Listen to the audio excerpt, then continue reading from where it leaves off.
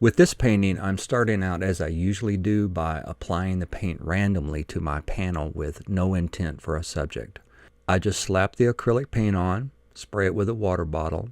Sometimes I do multiple random applications. And then after it's dried, I come back to it later to see what shapes appear, and then I'll emphasize those to get started on the painting. For this one, I can see the shape of an owl here, and I can see a tree on the left. I am not a wildlife artist, but I do often put animals in my drawings and paintings. Now, they're rarely ever anatomically correct because I like to stylize or exaggerate or add parts that aren't there. I'm usually not too worried about being accurate unless a particular drawing or painting needs it. I find it more freeing to play around with the subject and add my own spin on it. People generally recognize that, say, a painting of a bird that I made doesn't have to represent any actual bird in the real world and can have wonky anatomy, but still accept that I painted a bird and find the painting enjoyable to look at. Not because I was accurate in my rendering of the subject, but rather because of maybe choices of color or composition, or because of the story the image tells or the mood it evokes. I've been acquainted with some really good wildlife painters, landscape painters who are amazing at capturing a scene with lifelike realism. And I enjoy that kind of art, but it isn't really the kind that I want to make. At least not very often. I do it sometimes. My son is away at college now, but when he was in first grade, we were outside one morning in December waiting for the school bus to arrive. And he turned to me and said, "Oh, I need $2 for school today." I didn't have my wallet on me. I said, "Well, why didn't you tell me this before now? I don't have time to go get it for you. The bus is almost here." And of course, he said, "I forgot." I don't know if any of you have ever had similar situations with your kids who suddenly need supplies for a school project the night before it's due, or need money for a field trip at the last minute, or just before walking out the door, they're missing one of their shoes. Happens all the time. Anyway, I asked him what he needed the $2 for, and he said, "Santa Claus is coming to school today, and if I have $2, I can get my picture made with him." I said, "Well, you can still see Santa, but I don't have $2, so you'll have to skip the picture. But I'm planning on taking you to the mall to see Santa anyway, and we'll get your picture made then." And he seemed pretty happy with that answer. He's always been pretty easygoing. But that evening, he got home from school, and he came up to me excited and shows me a photo of him sitting on Santa's lap with a big smile. I said, "Well, that's a great picture, but I told you we'd get the picture later. You didn't have the money to pay for this." And he said, "I know, but I just did it anyway." I don't know whether he stiffed the school or the Santa impersonator. I figured, too, that the school and the teachers were probably pretty lenient about the $2 thing and covered those who forgot to bring their money that day. He was just a kid, and he was excited about getting that picture. But, I did explain to him that if something costs something, we should pay for it. So I sent $2 with him the next day to pay for the photo. But that sentence he said stuck with me. "I just did it anyway." And it's crazy how many times that memory and that sentence has popped into my mind over the years. A lot of times I'll have something I want to do, and I'm not talking about anything that would hurt someone else or break the law. I'm talking about something big, something good or new, but I don't feel like I'm ready or have everything I need to start. And there'll be this goal that I'll have, and I'll try to talk myself out of it because I don't have all my ducks in a row first. My skills aren't where I want them to be, or because doing it, quote, the right way would cost too much money. I don't have the right tools. I don't know the right people. What about this? What about that? And in the middle of all that, I'll hear my little boy say in that offhanded way, "I just did it anyway." If I let myself, I can find all kinds of excuses not to pursue a big goal or try a new thing. Ultimately, it comes down to fear, I guess.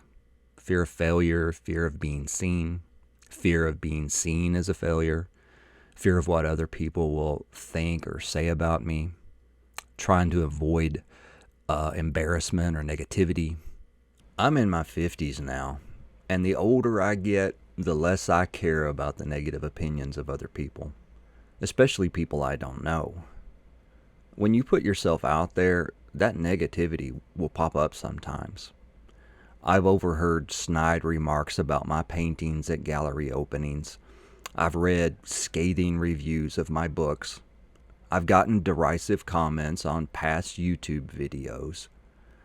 Now, I'm not going to say that these things don't bug me a little, but everyone has their opinion, and sometimes people can just be jerks, and that's their problem, not mine. And really, those people usually don't know or even care about me anyway. All those reasons and excuses and potential disastrous scenarios, they're always there. I just do it anyway. Has it always worked out the way I hoped? No. But I'm a better person after. I learn more. And I like to think I'm a more interesting person for having done it anyway.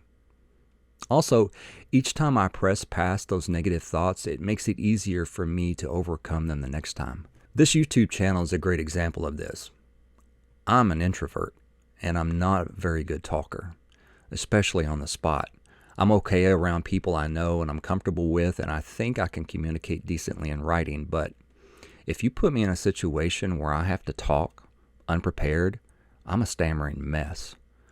A little over 10 years ago, part of my job was organizing a festival in my town. I did it for, I think, 4 years. And every year, as the festival drew near, I would have to go on a couple of radio stations and do live interviews promoting it. And everything was usually fine until the light would come on in the sound booth that we were live on air, and I would just get so nervous. The morning host at one of the radio stations knew about my discomfort at talking, and he would get a big kick out of asking me a question that wasn't on the list, and then he'd turn off his mic and laugh while I fumbled and stammered trying to think of something to say. I tried to talk myself out of doing this YouTube channel because I've always been more comfortable behind the camera than in front of it. In the segments where I record my face talking, I have to do so much editing to cut out the long pauses, the stammering, the rambling, and I don't want you to have to sit through all that. I also realize that you probably wouldn't sit through it because there are better things to watch. But I do it anyway because I want to put my creative work out there, and I think YouTube is a great way to do that. I can always write up what I want to say beforehand and read a voiceover while I paint, which is what I'm doing right now. And this is more comfortable for me, but I also like to make myself do the uncomfortable because I know it makes me better the more I practice. This isn't my first try at YouTube, and this isn't the first iteration of this particular channel. I started this channel several years ago, and at first I was just posting old videos from college to share with my friends. But in 2018 or so, I started making videos about building miniature set pieces for Dungeons & Dragons.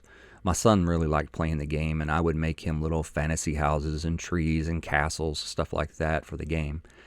My videos weren't that good, and almost no one watched them. Also, my son got to where he was playing D&D less often. I had all these miniatures sitting around with no purpose. Also, my videos didn't feel like I was really sharing anything new. There are some really good channels out there for that topic, and I felt like I was just rehashing what they had already done, but not as good as they had done it, so I stopped making the videos. My next attempt at YouTube happened in 2020, and at that time I was working at a marketing company doing graphic design, making promotional products. And our primary client was tourism, so I made a lot of brochures and rack cards, maps, things like that that you would find in a welcome center or a truck stop when you travel. And in March of that year, I had started a second job doing research for traveling salespeople. It was a company that sold industrial equipment to factories, mostly in the Northeast and Midwest U.S. It was my job to research the contact information for factory supervisors, make sure the factory was still operational, keep the database up to date. And I did that job for 1 week. and then the COVID lockdowns happened. And since both of my jobs relied on travel, not my travel, but the travel of other people, I got laid off, and eventually both of those jobs went away permanently. That year, since I had time and since going to the store to buy groceries was a little harder with all the restrictions, I really ramped up the food I was growing on my homestead. I doubled the size of my garden. I bought more chickens. I decided that I'd restart my channel again and change the channel's focus to homesteading and gardening. I had almost 20 years experience growing food, and I thought I had things to share. I put out at least one video a week, sometimes more. The videos had to be short because my home internet at the time was very slow, and uploading a video would literally take hours. We didn't get fiber internet in our rural area until just this last year. Anyway, like the miniature crafting videos, I didn't really feel like I was sharing anything that other channels weren't already sharing and doing a better job. Also, when the end of the main growing season came, I ran out of things to make videos about. I have a small hoop house where I grow a few things in the winter, but I just couldn't think of enough topics to produce videos about on a regular basis.